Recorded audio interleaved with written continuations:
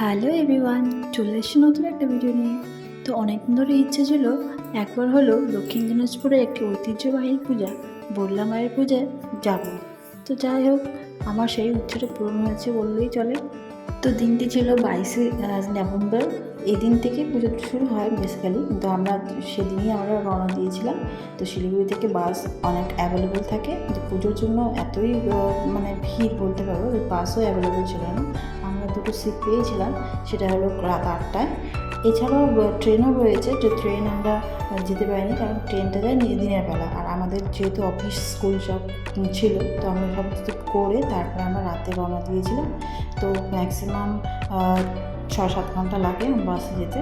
তো আমরা রাত 3:30 আমরা এসে পৌঁছলাম বড়লায়। দেখতে পাচ্ছ আমরা বড়লার পাশ দিয়ে আমরা যাবো, কারণ আমরা এখানে থাকবো না, আমরা আমার মামা শ্বশুরের বাড়িতে গিয়ে উঠবো। তো সেখানে আমরা গেলাম। তো এটি সকাল হয়ে গেল, সে রাতে রওনা দিয়েছিলাম, সকাল হয়ে গেছে, এতই ভিড় ছিল জ্যাম। তারপরে আমরা স্নান টান করে রেডি হয়ে আমরা এই যে পুরো রওনা দিয়েছি মায়ের কাছে। তো যাওয়ার আগে আমরা প্রসাদ নিচ্ছিলাম।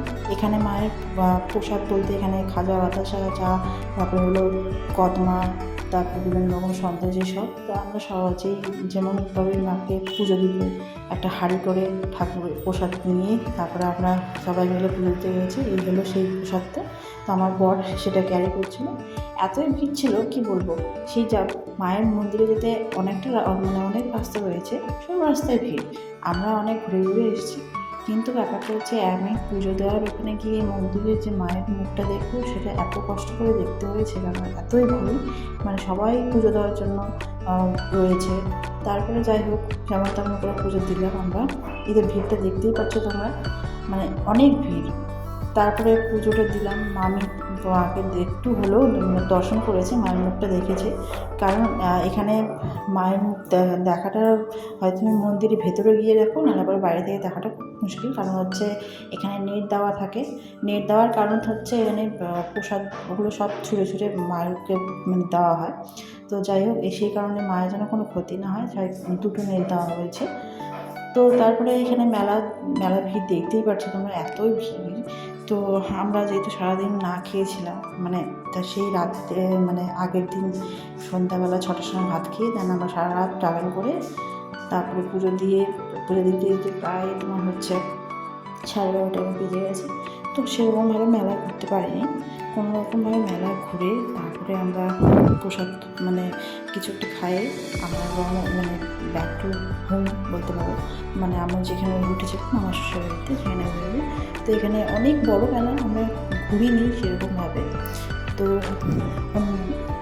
নেক্সট বার যাবো যখন, ভালো করে ঘুরবো, একটু সময় নিয়ে যাবো, যখন আমাদের একদিনের প্ল্যান ছিল। তো আমরা গিয়ে পুজো দিয়ে পরের দিন আমরা চলে ব্যাক করেছি। এই যে দেখতেই পাচ্ছ এত ভিড়, আর এটা এতটাই ফেমাস বলতে পারো যে আমাদের শিলিগুড়ির ম্যাক্সিমাম মানুষই এখানে যায়, ঠিক আছে। তো অনেকটা মেলা ঘুরে দেখতে অনেক টাইম লাগবে, তাই আর খুব বেশি ঘুরিনি। খাওয়া দাওয়া করে আমরা ব্যাক করেছিলাম।